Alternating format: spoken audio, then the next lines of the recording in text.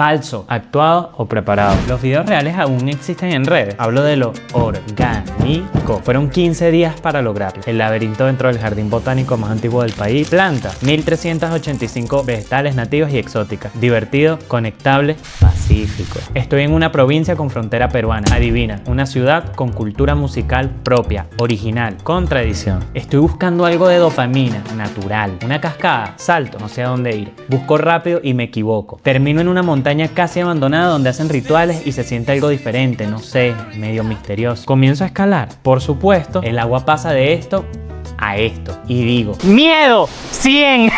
Pero así es la vida real, así es viajar. Yo no vine solo a mostrarte un lugar bonito, no quiero hacer videos para turistas. Vine a transmitir lo que sentí y lo que olvidas todos los días. Ser humano, piérdete. Ya ni recuerdas cómo pica una hormiga o cómo se escucha cuando no respiras emisiones de CO2. Espera, no he terminado contigo. ¿Incómodo? Qué bueno. Liberas dopamina en cada video y sigues scrolleando. Quédate quieto por 15 minutos viendo el trip completo en YouTube. Y al menos sal una vez por mes de la jaula.